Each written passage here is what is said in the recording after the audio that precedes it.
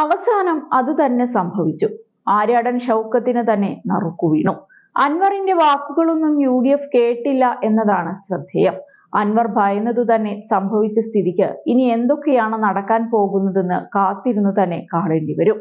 VS ജോയ്ക്ക് വേണ്ടിയുള്ള PV അൻവറിന്റെ സമ്മർദ്ദ തന്ത്രങ്ങളെല്ലാം തള്ളിക്കൊണ്ടാണ് നേതൃത്വം ഷൗക്കത്തിനെ സ്ഥാനാർത്ഥിയാക്കിയത്. അതേസമയം കോൺഗ്രസിന്റെ നീക്കത്തിൽ കടുത്ത അതൃപ്തിയിലാണ് അൻവർ എന്നാണ് സൂചന. ഇനി അദ്ദേഹം എന്ത് നിലപാട് സ്വീകരിക്കുമെന്നതാണ് പ്രധാനമായും ഉറ്റുനോക്കപ്പെടുന്നത്.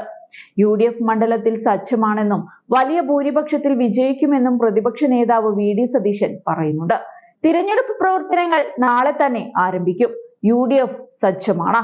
1000-ലധികം പ്രവർത്തകരെ മണ്ഡലത്തിൽ നിയോഗിച്ചിട്ടുണ്ട്. വലിയ ഭൂരിപക്ഷം തന്നെ നേടും. PV അൻവർ UDFന്റെ ഭാഗമാകുമെന്ന് UDF വ്യക്തമാക്കിയിട്ടുണ്ട്. അത് എങ്ങനെ വേണമെന്ന് നേതൃത്വം ആലോചിക്കുകയാണ്. അദ്ദേഹം നിലമ്പൂരിൽ UDF വേദിയിൽ ഉണ്ടാകുമെന്നാണ് പ്രതീക്ഷിക്കുന്നത്. ആര് സ്ഥാനാർത്ഥിയാക്കിയാലും പിന്തുണ ഉണ്ടാകുമെന്ന് അദ്ദേഹം കഴിഞ്ഞ ദിവസം വാർത്താ സമ്മേളനത്തിൽ വ്യക്തമാക്കിയതാണ്. അൻവർ സ്വതന്ത്ര സ്ഥാനാർത്ഥിയാകുമെന്ന വാർത്തകൾ മാധ്യമ സൃഷ്ടി മാത്രമാണ്. BJP മണ്ഡലത്തിൽ സ്ഥാനാർത്ഥിയെ പ്രഖ്യാപിക്കുമോ എന്ന് കാണട്ടെ.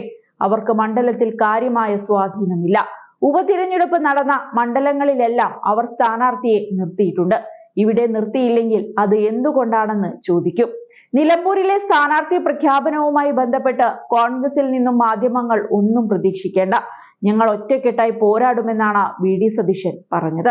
അതേസമയം കോൺഗ്രസ് തനിക്ക് തന്ന അവസരം നല്ല രീതിയിൽ വിനിയോഗിക്കുമെന്നും ഐക്യത്തോടെ മുന്നോട്ടു പോകുമെന്നും സ്ഥാനാർത്ഥി പ്രഖ്യാപനത്തിനു പിന്നാലെ ആര്യാടൻ ഷൗക്കത്ത് പ്രതികരിച്ചു. കോൺഗ്രസിന് 2 തവണയായി നഷ്ടപ്പെട്ട നിലമ്പൂരിനെ തിരിച്ചു പിടിക്കും. എന്റെ പിതാവ് 3.5 പതിറ്റാണ്ടുകാലം നിലമ്പൂരിൽ ഉണ്ടാക്കിയ വികസനത്തിന് തുടർച്ച കൊണ്ടുവരാനും ഏകദേശം 1 പതിറ്റാണ്ട് കാലം നിലമ്പൂരിൽ ഉണ്ടായ വികസന മുരടിപ്പ് ചർച്ച ചെയ്തുകൊണ്ടും തിരഞ്ഞെടുപ്പിനെ നേരിടും. ഈ തിരഞ്ഞെടുപ്പിൽ ഞങ്ങൾക്ക് അനുകൂലമായ വിധി ഉണ്ടാകുമെന്നാണ് പ്രതീക്ഷിക്കുന്നത്. എന്നെപ്പോലെ തന്നെ മത്സരിക്കാൻ യോഗ്യതയുള്ള പലരും ഇവിടെ കോൺഗ്രസിലുണ്ട്. എന്നാൽ ഒരാൾക്ക് ഇവിടെ മത്സരിക്കാൻ സാധിക്കുകയുള്ളൂ. ആര് സ്ഥാനാർത്ഥിയായാലും നിലമ്പൂരിൽ ഞങ്ങൾ ഐക്യത്തോടെ പ്രവർത്തിക്കൂവെന്ന് വ്യക്തമാക്കിയതാണ്. അതനുസരിച്ച് തന്നെ ഒറ്റക്കെട്ടായി മുന്നോട്ടു പോകും.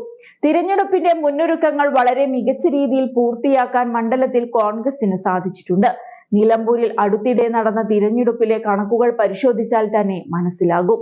UDFന് നിലമ്പൂരിൽ വലിയ മുന്നേറ്റം കഴിഞ്ഞ കാലങ്ങളിൽ ഉണ്ടാക്കാൻ സാധിച്ചിട്ടുണ്ട്. ആ കണക്കുകൾ ഉപതിരഞ്ഞെടുപ്പ് വിജയത്തിന് തുണയാകുമെന്ന് ആര്യാടൻ ഷൗക്കത്ത് പറഞ്ഞു.